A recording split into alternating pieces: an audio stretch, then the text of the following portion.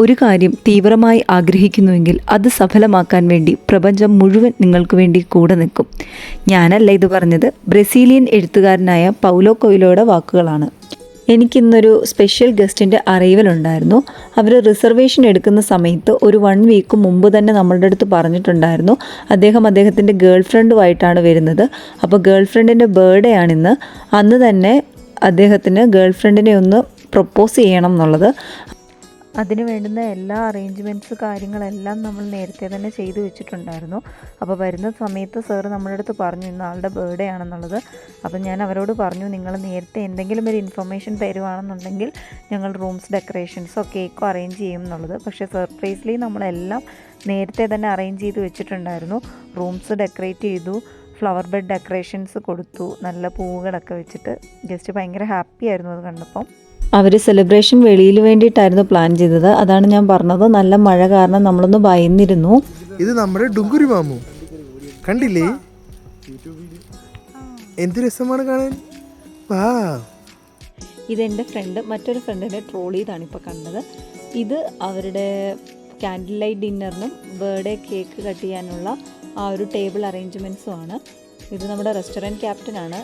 മഴ പെയ്താലും പെയ്തില്ലെങ്കിലും table arrangements എൻ്റെ കുത്തകയാണെന്ന് ഉറക്കെ പ്രഖ്യാപിച്ചുകൊണ്ടാണ് നമ്മുടെ ക്യാപ്റ്റൻ ടേബിൾ അറേഞ്ച്മെൻറ്റ്സ് ചെയ്തത്. ക്യാപ്റ്റൻ്റെ ടേബിൾ അറേഞ്ച്മെൻറ്റ്സ് എല്ലാവർക്കും ഇവിടെ ഇഷ്ടമാണ്. അതിമനോഹരമായിട്ട് ആൾ ചെയ്യും. ഇതാണ് ടേബിൾ അറേഞ്ച്മെൻറ്റ്സിൻ്റെ ഫൈനൽ ലുക്ക് വരുന്നത്. നിങ്ങൾക്ക് ഇഷ്ടമായെങ്കിൽ കമൻറ്റ് ചെയ്യുക. ദെൻ ഇവിടെയാണ് ഞാൻ മുമ്പേ പറഞ്ഞ നമ്മുടെ പൗലോ കൊയ്ലോയുടെ വാക്കുകൾ ഓർമ്മിക്കേണ്ടത്. നമ്മളൊരു കാര്യം ആഗ്രഹിച്ചു കഴിഞ്ഞാൽ ഈ പ്രകൃതി മൊത്തം കൂടെ നിൽക്കും എന്നുള്ളത്. കാരണം കേക്ക് കട്ടിങ്ങിൻ്റെ ആ ടൈം ആയപ്പോഴേക്കും നമുക്ക് മഴയെല്ലാം തോർന്ന് നല്ല രീതിയിലുള്ള ക്ലൈമറ്റ് നമുക്ക് കിട്ടി. അത് നമ്മൾ ഭയങ്കര ഹാപ്പി ആയിരുന്നു.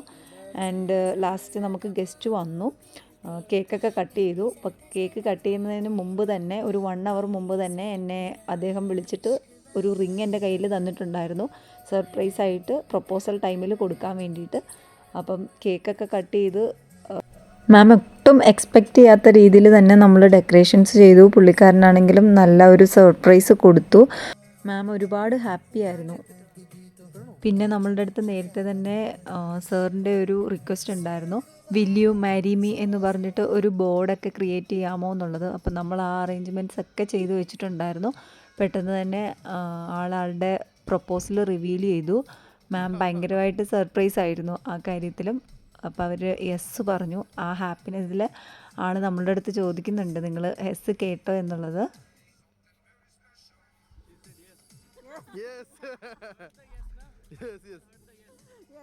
പിന്നെ എല്ലാവരും എൻ്റെ അടുത്ത് ചോദിച്ചൊരു ചോദ്യമാണ്, ഇനിയെങ്ങാനും ആൾ നോ പറഞ്ഞിരുന്നുവെങ്കിൽ എന്ത് ചെയ്തേനെന്ന്. ആക്ച്വലി ഞാനും പേടിച്ചിരുന്നു അത്. അതായത് അവരുടെ കല്യാണം എൻഗേജ്മെൻറ്റ് ഒരു 2 years മുമ്പ് അവരുടെ പാരൻസ് ഫിക്സ് ചെയ്ത് വെച്ചതാണ്. പക്ഷേ പുള്ളിക്കാരിക്കൊരു ആഗ്രഹമായിരുന്നു ആളുടെ ഭാഗത്തു നിന്നൊരു പ്രപ്പോസൽ വേണം എന്നുള്ളത്. അപ്പോൾ അതാണ് ഇപ്പോൾ കഴിഞ്ഞത്.